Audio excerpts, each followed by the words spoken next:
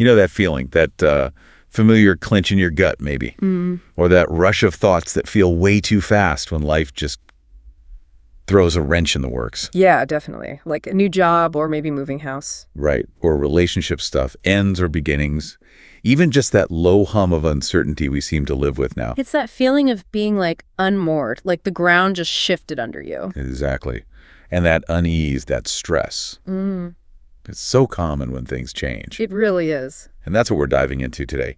We've gathered a whole stack of resources, psych research, practical guides, studies on how people handle big shifts. Yeah, trying to get a good picture. Our mission here is really to pull out the sharpest, most useful insights, to understand why change rattles us so much. And maybe more importantly, how we can move through it all with a bit more grace. Maybe confidence. Yeah, understanding and grace. Okay, let's unpack this. The first big question really is fundamental. Why is change, even good change, often so stressful? Well, what's fascinating and what some sources point to is how our sort of primitive brain reacts. Okay. It doesn't always stop to figure out if a change is good or bad. Its main alarm system. It gets triggered by the unknown. The unknown itself. Yeah. Anything outside our normal patterns, sights, sounds, routines, what we expect, can instantly signal potential danger. It flips that old survival switch. Huh. So it's like an ancient programming thing. Exactly. It developed for a world where, frankly, the unfamiliar often meant the threat. So stepping into something genuinely new, a new city, new job, whatever, it just sets off that internal alarm bell. Pretty much. That deep-seated alert system gets activated. And that fear of the unknown. Does it tend to show up in specific ways? It seems to. Yeah. Some of the material suggests it often boils down to a few core anxieties. There's one framework mentioning 3 common fears during transitions. Okay, like what? Fear of rejection is a big one. You know, will I fit in? Will people accept me? Yeah, makes sense. Then there's fear of inadequacy. Do I actually have what it takes? Am I skilled enough for this? Right, that self-doubt creeping in. Exactly. And the third one is fear of powerlessness. Just feeling totally out of control, adrift in this new situation. Wow, that breakdown. It really resonates. Thinking about starting a new job, right? Yeah. It's not just learning the tasks. It's worrying about clicking with colleagues. That's rejection. Proving you can handle the work inadequacy. Yeah. And just figuring out all the new systems and who's who, where you feel completely lost, that's powerlessness. Totally. And the sources emphasize you often have to kind of lean into those fears to make the unknown well-known. You have to take that first step, even when it feels really uncomfortable. Which I guess leads to another point that came up in the material. Navigating change takes time. Yeah. Like often way more time than we allow ourselves. Oh, definitely. As adults, we expect ourselves to just get it, instantly master the new thing, write the whole new chapter overnight. Yeah, but it's not like that, is it? It's more like learning a really complex skill. It really is. Like, think about learning to write an essay. You don't start there. No. You start way back, maybe preschool, just learning letters, then words, sentences, paragraphs. It's this long process building the foundations before you can actually put it all together effectively. And facing a big life change. It kind of makes us that preschooler again, doesn't it? In many ways, yes. We're learning the absolute basics, the alphabet of the new situation. New names, new routes, new expectations, new ways of doing things. So a really powerful message seems to be, have some grace for that inner preschooler. Exactly. You wouldn't yell at a kid for not writing a masterpiece on their first day learning letters, right? No. So extend that same kindness to yourself, celebrate the tiny steps, the attempts, just the process of learning. Don't demand perfection right away or feel like a failure because it's hard. Just acknowledging the fear and giving yourself that space to learn, that's a huge first step. It really is. Vital. Okay, so beyond self-compassion, what else is in the toolkit? What do the sources offer for navigating the stress? Well, a theme that comes up again and again is the power of mindfulness. Mindfulness. Yeah. Okay, tell me more. How does that apply here? So mindfulness basically is about paying attention on purpose to what's happening right now, your thoughts, feelings, what your body's doing, your surroundings. But without judging it. That's the key part. Without judgment. Think of your mind like a snow globe that's just been shaken up by all the stress of change. Thoughts, worries, swirling everywhere. Yeah, chaotic. Mindfulness is like Gently setting that globe down, letting the flakes slowly settle, it creates a bit of space between you and all those overwhelming thoughts. And it's not just sitting down to meditate for an hour. No, not necessarily. Though formal meditation can help, for sure. It's more about cultivating that intentional awareness in just everyday moments. Like noticing the anxious thoughts, but not getting totally swept away by the stories they tell. Precisely, just observing them, like, oh, there's that worry again. Seeing it as just a temporary mental thing passing through, it helps you realize that intense emotions, worries, they don't last forever. They will pass. Is there a specific way to practice that when you're feeling overwhelmed? Yeah, actually one concrete framework that came up is RAIN. RAIN. RAIN. Okay, what does that stand for? It's a really helpful mnemonic. R is for recognize. Just notice and name the difficult emotion or sensation. Ah, okay. This is anxiety I'm feeling. Got it. R, recognize. A is for allow. Let it be there. Don't immediately try to fight it or push it away or fix it. Just allow. Okay, that sounds hard. It can be, but resisting often makes it stronger. So A, allow. Then I is for investigate. Investigate. Yeah, with curiosity, not judgment. Like, where do you feel it in your body? What thoughts are tangled up with it? Just gently exploring. I, investigate. And N. N is for nurture. This brings in that self-compassion we talked about, treating yourself kindly like you would a friend who's struggling, offering yourself some comfort or understanding. RAIN. Recognize, allow, investigate, nurture. That seems like a really practical tool. It really helps you engage with the feeling directly but mindfully, which, kind of paradoxically, helps you process it instead of making it bigger by trying to avoid it. Okay, that makes sense. Yeah. Now, speaking of concrete steps, when everything feels up in the air during change, there's often that profound sense of losing control. Right, absolutely. Huge trigger. And that loss of control, like we said, major anxiety trigger. So what's the strategy there? A key one from the sources is to deliberately shift your focus. Focus on what you can control. Okay, like what? Because often it feels like nothing is in your control. Right, it can feel that way, but you might not control the ultimate outcome, whether the new job works out perfectly or how the move settles long term. Yeah. But you can control things like your preparation, your effort, how you choose to respond to challenges that pop up, who you reach out to for support, how you set up your immediate space. So if you've moved for a new job, you can't guarantee the job is amazing, but you can focus on setting up your desk nicely or exploring your new neighborhood bit by bit. Exactly. Planning your commute, scheduling check-ins with people, small, tangible things within your power. And related to that, I imagine, is the idea of routines. Yes. Establishing new routines quickly is really important, even tiny ones, like the time you have your morning coffee or a consistent bedtime. Why does that help so much? It provides a sense of stability and predictability when everything else feels kind of chaotic and unpredictable. It anchors you. And breaking down big challenges. Also key, breaking down the huge, overwhelming task of adjusting to this massive change into small, manageable goals. Each little win gives you a sense of competence, a feeling of agency, like you're making progress. Okay, so focusing on control, routines, small goals. What about the emotional journey itself? Some sources talked about that, right? Like the psychology of moving. Yeah, that often gets described as a bit of a roller coaster. There are phases people tend to go through. Like what? Well, often there's initial excitement, maybe. Then comes anxiety. Often feelings of grief or loss for the old life, the familiar things. Even if you wanted the change. Absolutely. Then there's a period of adjustment, which can be bumpy, and then eventually, hopefully, feeling settled.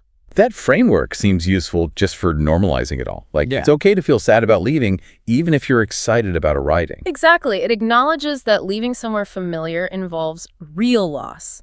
You're mourning the comfort of the known, the easy route to work, the familiar faces, the coffee shop where they knew your order. It's not just changing your address. It can feel like losing a part of your identity tied to that place.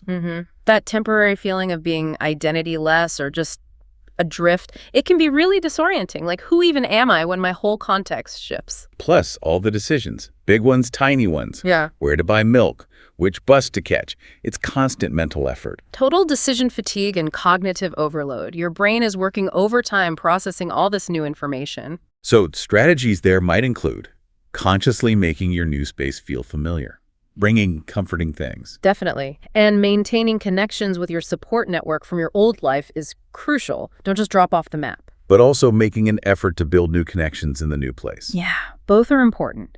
And just being really patient with yourself through that whole adjustment phase. It takes time. And that connecting with others piece, that's not just for moving, right? Social support seems critical in any transition. Profoundly important. It's a massive buffer against stress. When you feel overwhelmed, the instinct might be to pull back, hide away. Yeah, isolate yourself. But actively reaching out, making that call, meeting for coffee, just having someone listen, it can make a world of difference. Leaning on your network or building a new one if you need to. Okay, so another recurring theme, tying back to the preschooler idea, was self-compassion. Yes, consistently emphasized across the material. Treating yourself with the same kindness you'd give a friend? Exactly. Kindness, understanding, acceptance, recognizing that finding things difficult, feeling overwhelmed, it's part of being human. It's not a sign you're failing. That really does sound like it would be a powerful protector during those rocky times. It absolutely seems to be. And there's research backing this up. One quite large study looked at students transitioning to college. Okay. And it found that self-compassion was the single strongest predictor of a successful transition. Wow, the single strongest predictor. Yep. It correlated with positive changes across almost everything they measured. Less depression, less anxiety, better social connection down the line. That's remarkable. It really highlights the power of cultivating that individual skill, that internal resource. It does. And practices aimed at building its specific meditations, cognitive approaches, they show promise. The core idea is approach your struggles with kindness, see your shared humanity in difficulty, and be mindfully present with your feelings. It equips you better. Okay, so let's recap the toolbox. Acknowledging fear, understanding its roots, mindfulness, and RAIN. Focusing on control, routines, small goals, social support, and this really key one, self-compassion. These sound like incredibly valuable individual tools. They are. They're powerful, and the sources definitely agree on their importance. But There's a but. there's an important but, or maybe an and. Here's where one source, particularly that college transition study, adds a really critical layer. Bro. While self-compassion and those other individual coping skills did predict better adjustment overall, Yeah. they found something significant. Those skills did not buffer the negative effects of chronic stressors. Chronic stressors. Okay, what does that mean? What kind of stressors are we Yeah. talking about? In the context of that study, chronic stressors were things like ongoing difficulties with partners or family, persistent money problems, and importantly, experiences of discrimination based on identity, race, ethnicity, gender, sexual orientation, nationality. So things that aren't just a one-off bad event, Yeah. but are persistent, ongoing challenges. Exactly. Pervasive ongoing challenges, different from an acute stress. Okay, so if you're facing chronic financial insecurity maybe, or dealing with discrimination regularly, having great self-compassion might help you feel better in a tough moment. Yes. But it doesn't actually shield you from the cumulative negative impact of that constant grinding stress over time. Is that what they found? That's precisely it. The study found these chronic stressors were strong predictors of negative outcomes, poor depression, more anxiety, less overall thriving. And those individual coping skills, like self-compassion, while generally helpful, didn't significantly lessen the impact of these specific, chronic, often systemic challenges. Wow. That is a really vital point. Because it broadens the picture, doesn't it? Navigating change isn't just about individual grit or building your personal toolkit. Exactly. It's not just a matter of pull yourself up by your bootstraps, especially when you're facing systemic barriers that are constantly pushing you down. And that same study also showed these chronic stressors weren't evenly spread out. They were disproportionately hitting students from marginalized groups, women, students of color, sexual minorities, first-generation students. So it powerfully illustrates how the stress of change isn't just some internal psychological thing. It's shaped by bigger social and economic forces. Absolutely. So while developing your individual coping skills, self-compassion, mindfulness, all of that is definitely within your power and highly beneficial. Yeah. It's also crucial to recognize that the actual stress load for people facing those chronic systemic challenges is just significantly heavier, and individual skills alone might not be enough to offset that weight. That's the key takeaway from that perspective then.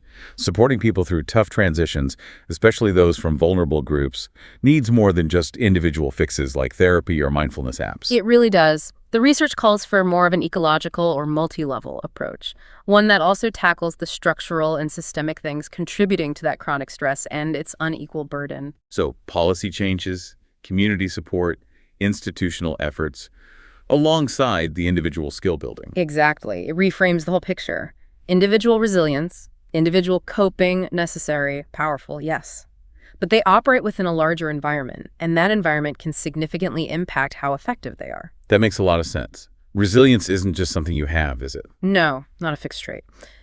As another source reminds us, resilience is that ability to cope and bounce back, and crucially, it's often built through navigating difficulty, through putting in the effort. So facing hard times, even though it feels awful, it can actually expand your comfort zone, lead to new insights. It often does. Foster growth.